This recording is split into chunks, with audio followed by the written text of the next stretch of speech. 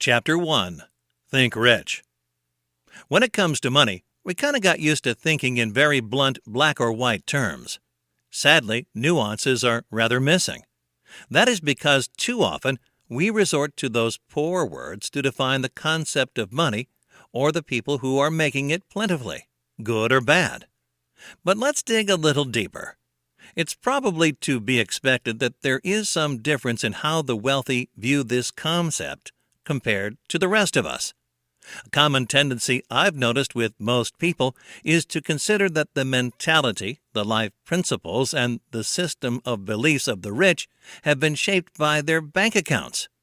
Nobody spends too much time wondering about the mentality, life principles, and system of beliefs of these people before they became wealthy. In the famous Think and Grow Rich, Napoleon Hill draws attention to a universal law that, since 1937, when the book was first published, has become an increasingly popular topic in discussions about lifestyle, finances, and self-development: the law of attraction. Many only see it in an oversimplified manner. If you wish for something in your life, you set and write down the corresponding goals, which you then reinforce by reading them daily, and you will attract that something into your life. But this is just the first part of the process. The second part is all about the hard work and faith you need to invest to really manifest what you want in your life. Unfortunately, most people, even if they understand this attraction mechanism, fail at the second part. Leaving this aside, however, any change you want to bring starts with the way you think. Money is no exception. You've probably met the expression thinking poor, not poor thinking, although ultimately that's exactly what it is. That refers to a mindset focused on problems, not solutions, on insignificant things instead of high goals. A mindset that doesn't allow for willpower, aspiration, and desire for improvement to manifest and keep those who fall prey to it stuck in a poor financial situation. In The Rules of Money, Richard Templer says, "The lovely thing about money is that it really doesn't discriminate. It doesn't care what color or race you are, what class you are, what your parents did, or even who you think you are. Each and every day starts with a clean slate, so that no matter what you did yesterday, today begins anew, and you have the same rights and opportunities as everyone else to take as much as you want.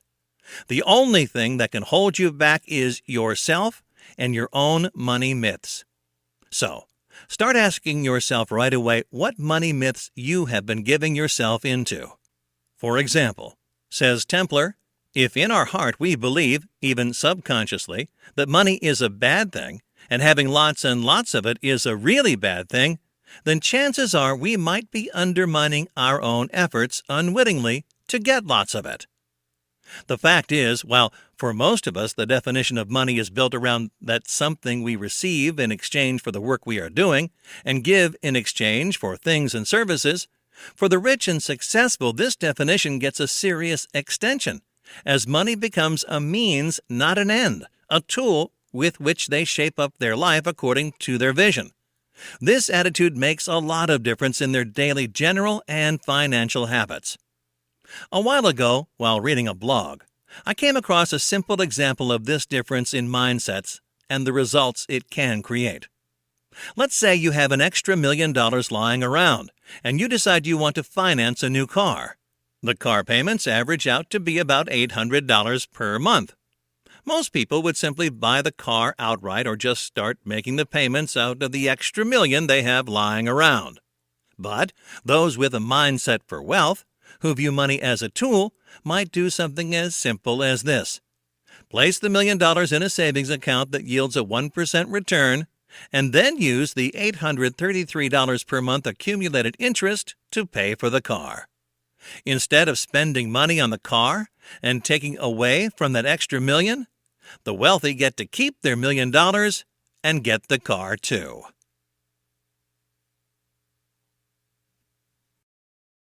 Chapter 2. Get rid of your debts. If you're struggling with one or more credits, there are several ways to get rid of them in just a few steps. Before anything, you should stop adding more debt to the existing credit lines. This may require a great deal of effort from you, so try to reduce your shopping spree habits to a minimum. Pick up a piece of paper and organize your debts from the highest amount to the lowest. At first, you should concentrate all of your efforts on paying the top debts. Start with $30 to $40 and go up gradually until the debt is cleared. Each time you pay off your debt, take the time to acknowledge your victory and celebrate it. As we all know, credit card debts are the worst. Here, monthly interests are pretty high, so it should be your top priority to get rid of them. It may take quite a while until you've gotten rid of all your debts, but with a good plan, you can manage to get in the clear. Since we're talking about credit cards, I want to highlight the fact that when we pay with a credit card, we don't exactly realize the amounts of money we're spending. I don't advise cutting up your credit cards, but here's what you can do. Leave them at home. Lock them up if necessary. Give them to your neighbor for safekeeping if that's what it takes to stay away from recklessly spending more. Your attitude matters when it comes to clearing up debts. Change the "I can't get rid of this debt" into "I want and I can do it." Find the determination and willpower to eliminate the self-victimization factor. Keep your mind busy. Going shopping just for the sake of it because you're bored or you have nothing else to do will ultimately dig a deeper hole for you. Plus, you'll end up buying stuff that you don't really need anyway. Instead of watching TV, where you are constantly tempted by advertising and shopping channels, read a book, cook something for your family, take care of yourself, do some exercise. When it comes to spending money, because you can't really stop spending altogether, it's important to make a list of the things you really need. When you're in the mall, don't jump at the first products you see, but keep cool and look for discounts. Replace famous brands with less-known ones. They're cheaper and are basically designed to do the same thing. After all of your bills are paid, put some money aside. It doesn't matter how small or big the amount is. This emergency fund will come in handy at times of great need. Embrace a life of simplicity. The hard truth is that we're constantly bombarded with the idea of buying stuff. Like the more we own things that we don't need, the more our value as human beings grows. In fact, we're one step away from becoming a restless consumer that buys and buys and buys some more. If your job's paycheck is low, don't stop looking for better opportunities. Furthermore, you should always leave room for additional sources of income. If you have a talent, put it to good use. Chapter 3. Go for the best price. When it comes to haggling, many people get kind of reticent, and you might be one of them. But when after checking your account you get a confirmation that you're not the next Donald Trump, you might also get back your openness and willingness to improve your financial situation by learning new tricks. The main idea here is to never pay full price for something. I know, right now you might be frowning already, but believe me, once you get used to looking for ways to buy at a cheaper price, you will definitely feel it in your wallet. The starting point is this vital question: how much do I want to spend? Set your budget and then make it your purpose to get that deal that comes with the best possible value for the money you are spending. Afterwards, make sure you do your homework. That means researching the product you want to buy. It might come in different versions, some having more features which you don't need and being priced significantly higher. Ask yourself what features you really need your product to have and target the product that has them. Companies are putting out version after version of the same item packed with a plethora of new eye-catching features that, at a closer look, fail to have any relevance. Don't fall in that trap. Your research must include finding out all the sources you can buy the product from, as well as their price. In this respect, competition is a great thing because it keeps away the monopoly of one single company over a product for just one price. Never underestimate what simply talking to the store manager can get you. Also, wait with your shopping for the days when clearance sales are running.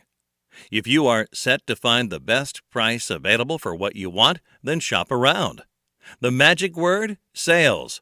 When there's something you really want bad, don't forget you might find it on sale.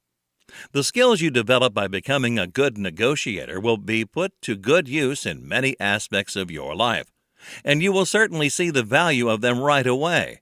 So you should always be looking to sharpen those skills. Learn from others who are better negotiators than you. Pay attention to those around you who are experienced in negotiation. Make it a fun game to explore this side of you. Also remember that you'll never be thrown out of a shop just for asking for a discount, considering that you do it in a friendly, polite manner, of course. You might also think that the rich don't bargain since they can afford it. Wrong. They are very good at it, and they never shy off from trying on their skills.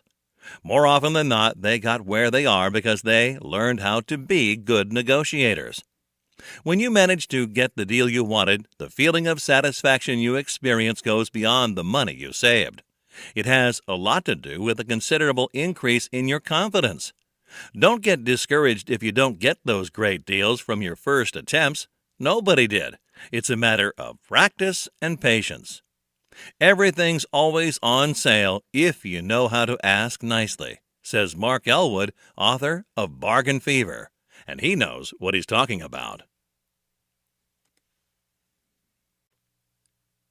Chapter 4. Money covers needs, not wants. Being money conscious and being stingy are two different things. Putting some wisdom in your spending will prevent you from unpleasant financial situations caused by precipitated purchases or irresponsible investments.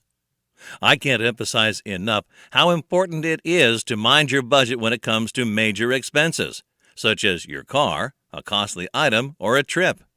In society today, there's such an induced frenzy for having the latest, the biggest, the best, and the most expensive, whether it is a phone, a car, a job, or an important event such as a wedding. Having the best of everything can be quite tempting, but is it all worth it?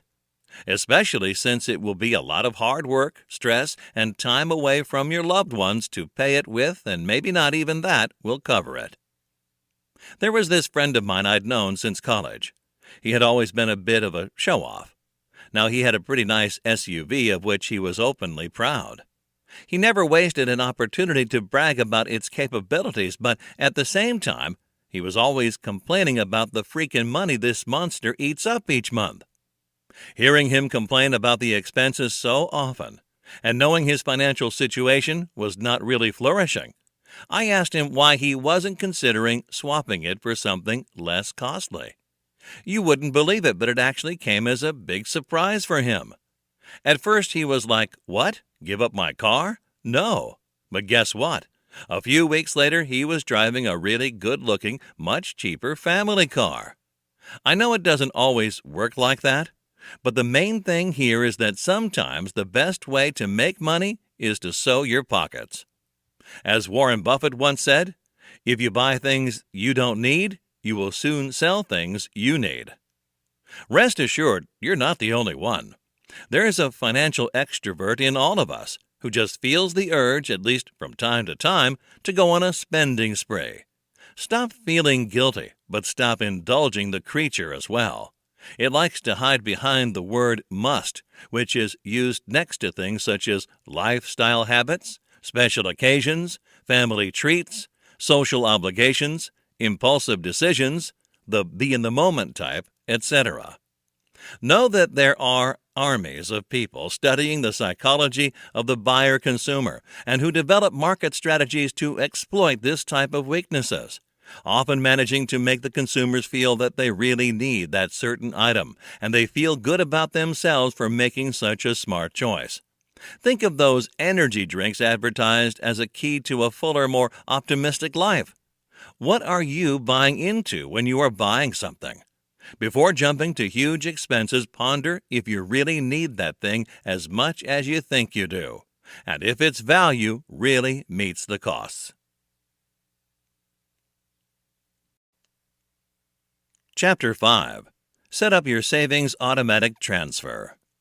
It's easy to forget or overlook putting some money aside each month, but not anymore. Utilizing a tad bit of computerization and having your budgetary establishment do it for you can make your life a whole lot easier. The easiest way to save money is by setting up an automatic savings account. It helps building up your extra budget without burdening your mind with choosing a certain amount of money each month. Having your mind freed of this task, you have time to set up real goals with real planning. Your objectives get to be all the more effectively achievable since you don't need to second figure or belittle the extent to which you truly need to spare. You can plan ahead while your savings are automatically transferred to the account. There are several ways to set up an automatic transfer. You can either call the bank and ask for one, or log into your bank account, online banking. Furthermore, to be sure that you're not spending more than you should, I advise talking to your employer and setting a certain amount from your paycheck to go directly into this savings account. I used this method in the past, and after 2 years, I managed to cash in a really nice amount of money.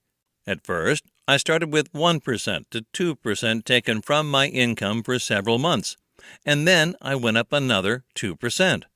Once this becomes a habit, you'll easily save up money for rainy days. Every now and then, check your balance. It will make you feel good and keep you determined to add more to it. Moreover, here's something that few know. Opening an automatic savings account to an online bank is better than having one at other financial institutions, because the interest rate is usually higher. Keep in mind that it's not easy to keep this retirement emergency fund untouched. Start with a goal before anything, and as you build the account up each month, you can add more goals to your list. If you're saving for an IRA, be sure to always keep track of your inputs for tax purposes. Speaking of which,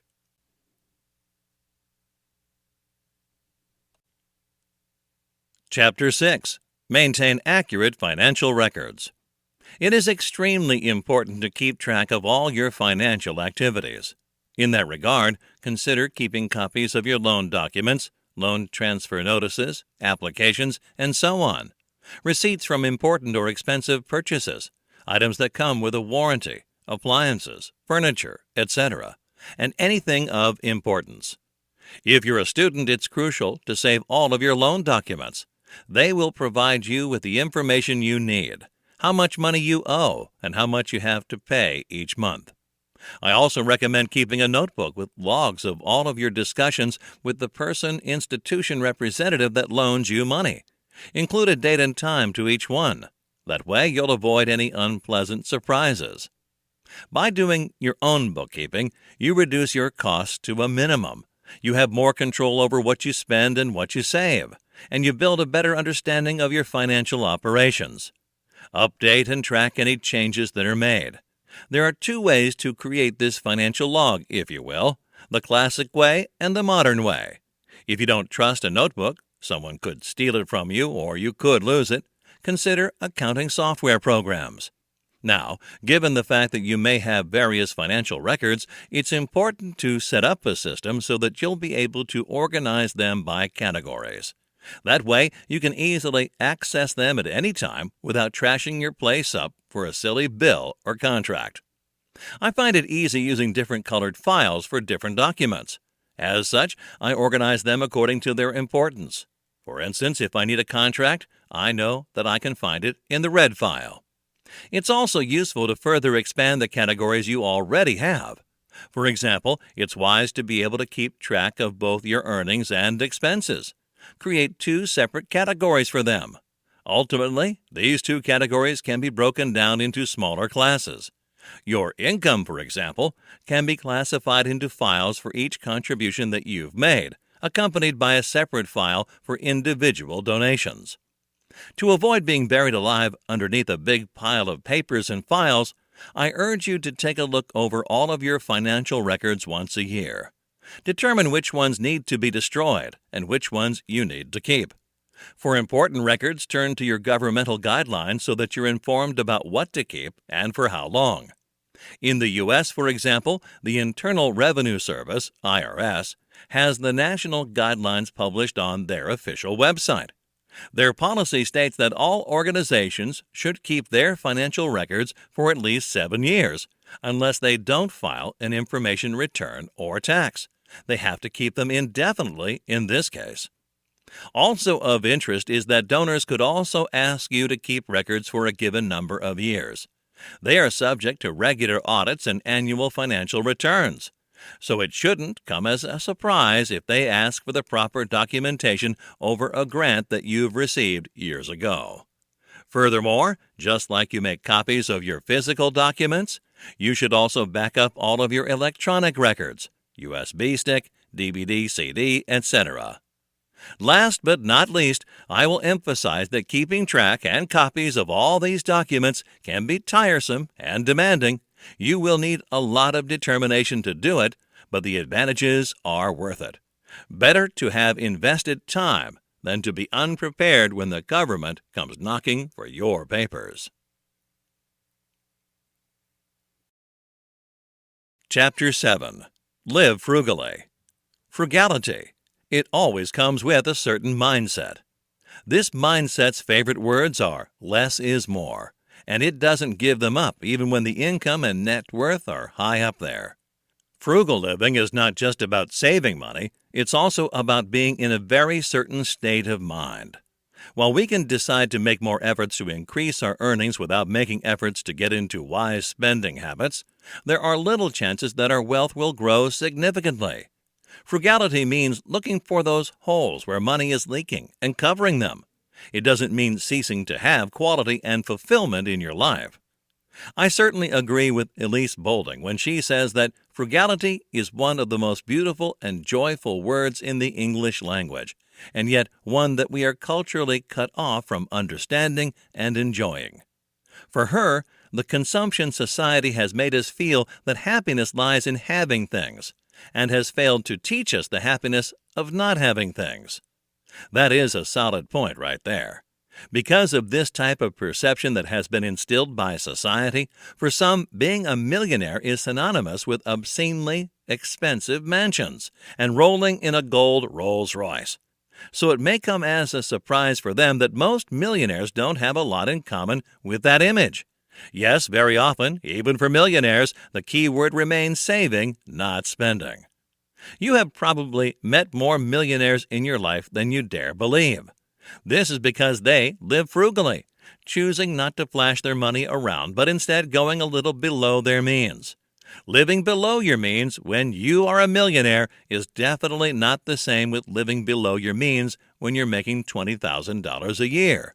But even if you're not Bill Gates, developing this habit of keeping your spending at a minimum will help you maximize your wealth. According to Dr. Thomas J. Stanley, co-author of The Millionaire Next Door, The Surprising Secrets of America's Wealthy, a book based on more than 2 decades of surveys and personal interviews with millionaires, hard work, smart savings, and living below your means are the main factors behind most of the wealth in the USA. If you think only those weird millionaires you've never heard about live a frugal life, then think again. I've read an interview with Jay Leno where he said he put all the money he made from The Tonight Show into a savings account. He only uses the money he earns from the stand-up comedy engagements for his daily needs. Leno said that he got into this habit while working 2 jobs at McDonald's and at a Ford dealership.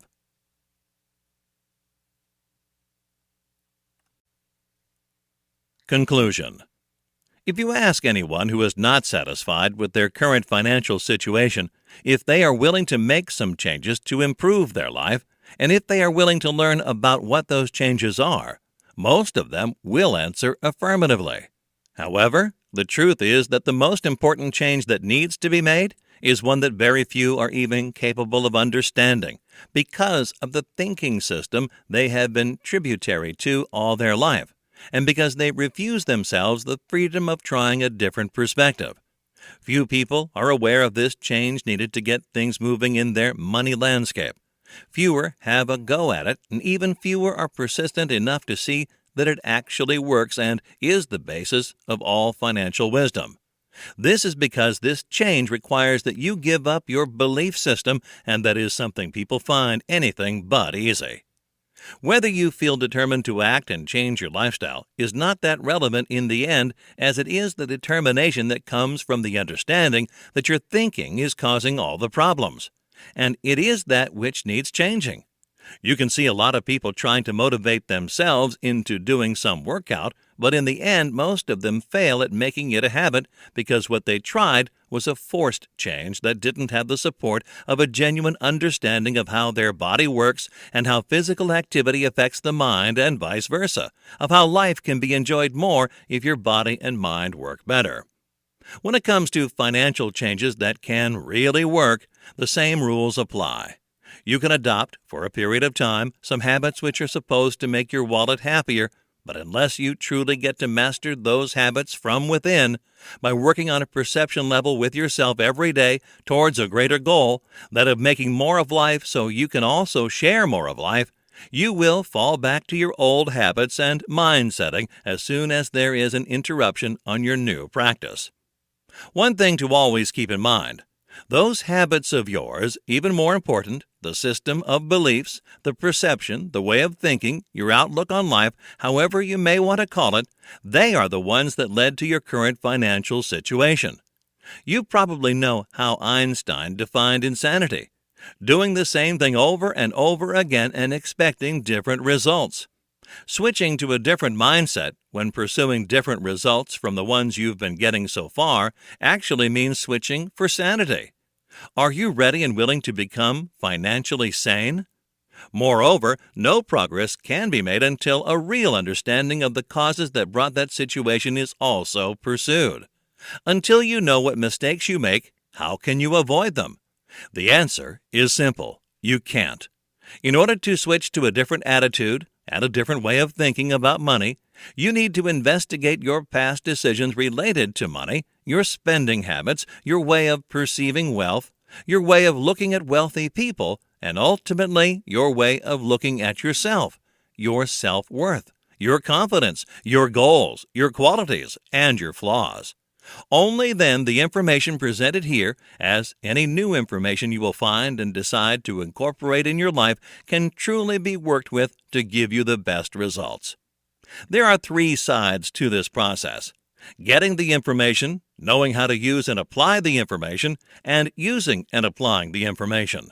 The first aspect is linked to your open-mindedness and your willingness to change and improve your life. The second aspect is linked to the mindset used to apply the new information. And the third aspect is linked to the consistency and the practicality that transform the information into efficient actions. There are no shortcuts for success. There is also hard work and determination, but there can be smarter and easier ways to succeed where working and managing your actions wisely can replace working harder and harder. I know from personal experience how hard it is to make room for new habits, and especially for a new perception through which to filter your life's inputs and outputs. I know that it is one thing to read a book on something and another to successfully apply the information from that book. And there's so much information these days, useful or not, pouring in from all sides. So much competitiveness, so much stress, and apparently so little time to cope with everything around you, that putting together bits and pieces to make a healthy whole, even after digesting a book that can actually help you, can prove too hard. That's why I chose a simple structure for my book, because I believe there are a lot of financial advice books out there to suit everyone's needs in terms of approach, information, and structure. And with a little research, you can add to your personal financial library in a short time some really great books. However, sometimes the torrent of such material on the market can really be overwhelming, and not every one of those books can speak your language or be genuinely useful. Personally, I can declare myself happy if through my little book I will manage to make you see those small tweaks in your financial approach that can give you the greatest benefits for your wealth and make you feel that you are making real progress in a short time. Note that this is not a get-rich-quick material. There's plenty of that out there if that's what you're looking for. The secret here is that this quick progress comes by the shift in the mentality the book aims at. Changing the way you interpret money will make you advance more than adopting some fast money-making scheme that only helps you remain stuck in a defective mindset about money. We started this book with a Benjamin Franklin quote, and we're going to end it with another one. Let this be the guiding rule of your financial management each day. Take care of the pennies, and the dollars will take care of themselves.